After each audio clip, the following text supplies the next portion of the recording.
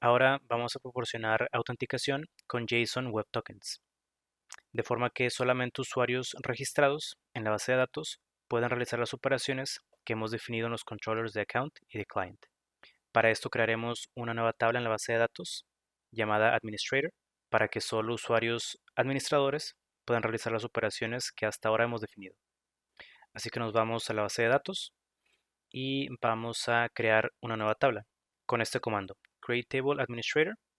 Definimos estas columnas. ID y regdate son iguales que las que ya hemos definido en las otras tablas. ID es una llave primaria, tipo de identidad. Regdate es un tipo datetime con el valor default de getDate.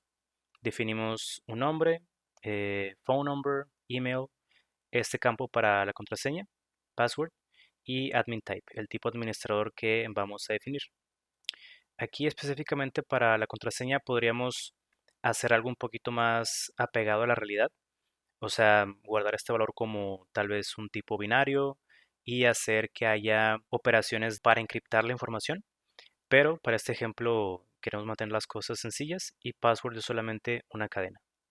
Una vez que ejecutemos el comando, vamos a crear la tabla en nuestra base de datos. Y lo siguiente sería actualizar nuestro modelo. ¿Ok? Hasta ahorita en Data tenemos nuestro contexto y los modelos que definimos previamente en la base de datos. Ahora tenemos una tabla nueva y tenemos que reflejar ese cambio en nuestros modelos. Para eso vamos a correr nuevamente el comando con el que definimos el contexto inicialmente. Ese comando, si recuerdan, era .NET EF DB-Context Scaffold y definimos primeramente la cadena de conexión, después el proveedor, que en nuestro caso es Entity Framework Core SQL Server, después la ubicación del contexto, que es la carpeta data, y la ubicación de los modelos, que es la carpeta data Bank Models. Ahora tenemos que agregar una nueva instrucción, o más bien una nueva opción dentro del comando, que se llama force, doble guión force. Lo que va a hacer esta opción es que vamos a generar nuevamente tanto el contexto como los modelos, pero vamos a modificar o a sobreescribir la información que ya tenemos respecto al contexto y a los modelos. Así que vamos a correr ese comando. Tenemos que todo fue exitoso. Hay algunas advertencias, pero eso podemos ignorarlo por el momento. Ahora, como mencioné, todo se sobreescribió. Tenemos los modelos que ya teníamos anteriormente y tenemos un nuevo modelo Administrator, con los campos que definimos. Ahora, el bank context, como se sobreescribió, tenemos de nueva cuenta esta definición de la cadena en el método onConfiguring. Eso, así como lo hicimos inicialmente cuando generamos el contexto, vamos a quitar ese método, que en realidad no se ocupa. Y ya que tenemos el modelo o los modelos actualizados con nuestro nuevo modelo Administrator, vamos a generar ahora un servicio y un controller para la operación de login. Y antes de definir tanto el servicio como el controller de login, vamos a crear un nuevo DTO para el modelo Administrator. Así que creamos un nuevo archivo que se llame admin DTO. Definimos el espacio de nombres, la clase, y la clase tendrá solamente dos campos, dos atributos, email y password.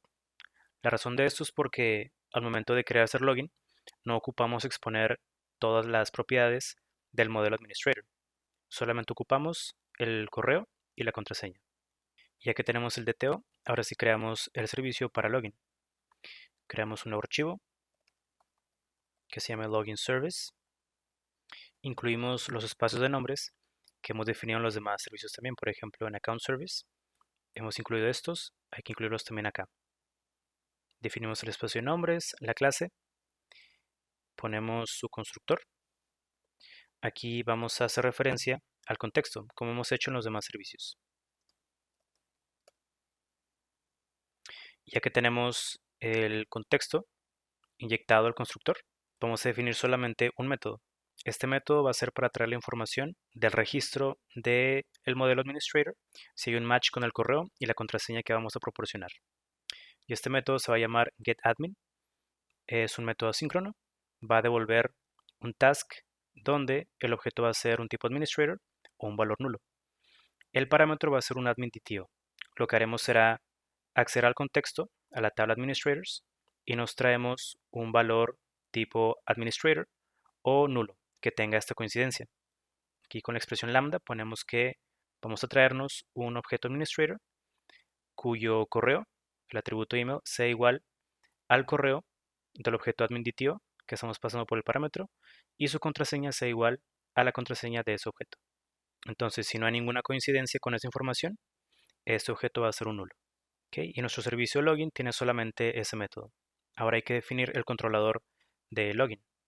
Así que creamos aquí una nueva clase que se llama login controller. Y el controller de login, así como el servicio, tiene una estructura similar a los controllers que ya hemos definido. Hay que incluir estas referencias. La clase va a heredar de controller base y definimos el API controller y el atributo route con la misma estructura que la que definimos en account controller. Y también como el resto de los controllers, en el constructor vamos a inyectar el servicio que acabamos de crear, el de login service. Y lo que definimos en el controller va a ser solamente un método que responda a una solicitud HTTP post.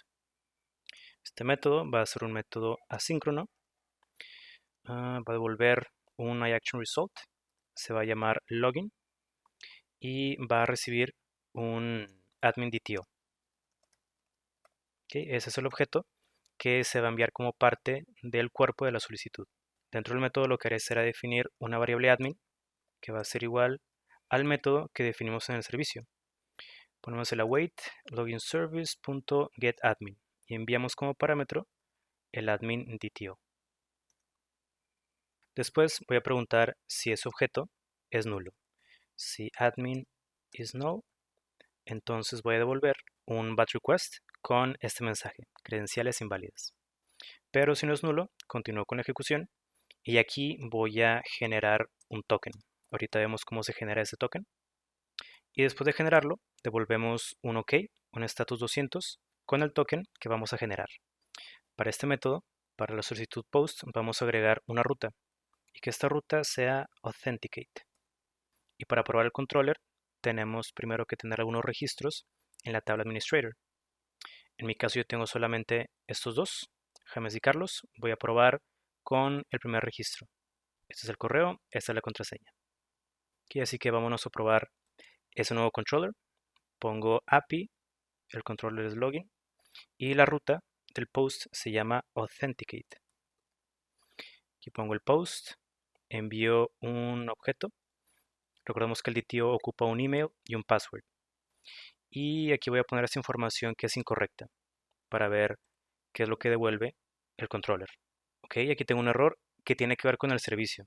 Recordemos que todos los servicios tienen que estar inyectados en la aplicación. Así que aquí lo que me faltó fue agregar esta línea en el archivo program.cs. Ahora sí, a probar el post, igual con esta información que es incorrecta. Envío la solicitud, tengo el batch request de que las credenciales son inválidas, lo cual es correcto porque este administrador con ese correo tiene la contraseña de 1234.